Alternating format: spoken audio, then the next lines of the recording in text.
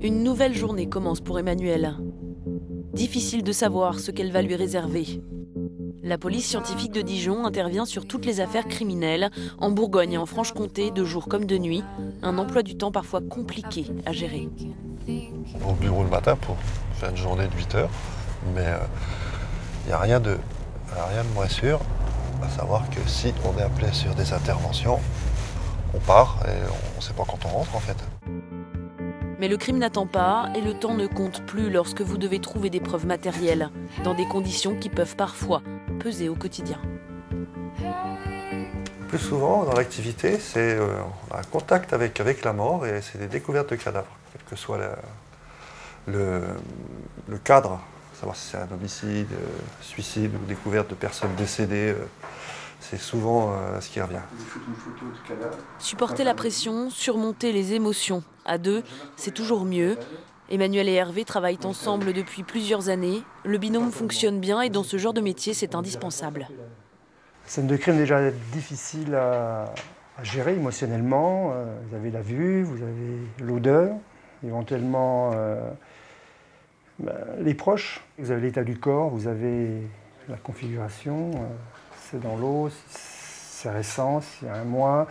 Alors, on essaie de se serrer les coudes. On reste humain quand même.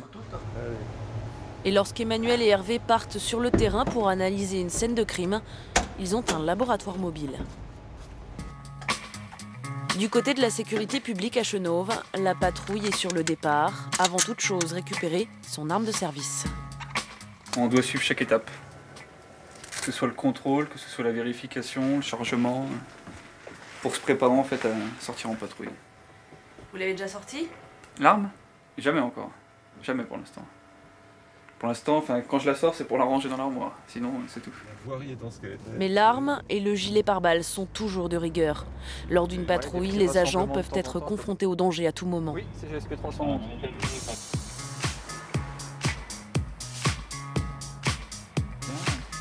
Même si aujourd'hui, le programme s'annonce plutôt calme, Wolfgang et Laurent sont en mission tranquillité vacances.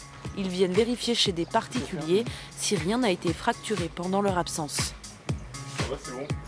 Ils nous ont tous laissé un numéro de portable et nous on leur renvoie un SMS comme quoi on est passé, que tout s'est bien déroulé, qu'il n'y a rien d'anormal.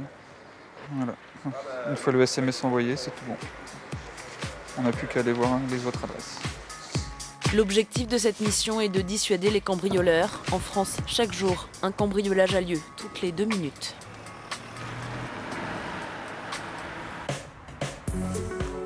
Aujourd'hui, Jean-Noël a préféré rester en civil pour plus de discrétion. Il doit réaliser un diagnostic de sûreté dans ce quartier de Dijon. Dans les allées de cette résidence, arborée, ensoleillée, qui semble agréable à vivre, les actes de malveillance se multiplient. Armé de son appareil photo, Jean-Noël procède aux premières constatations. Il y a beaucoup de lieux de cache, des angles morts, vous voyez, des angles où là, la nuit, je pense que c'est pas tellement rassurant de passer pour quelqu'un qui va être seul, qui va rentrer du travail.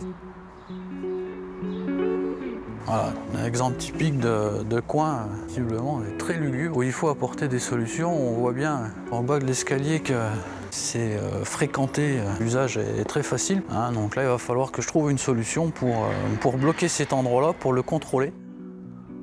Imaginez dans les années 70, la configuration des lieux n'est plus du tout adaptée. Éclairage, mobilier urbain, beaucoup de détails sont à revoir.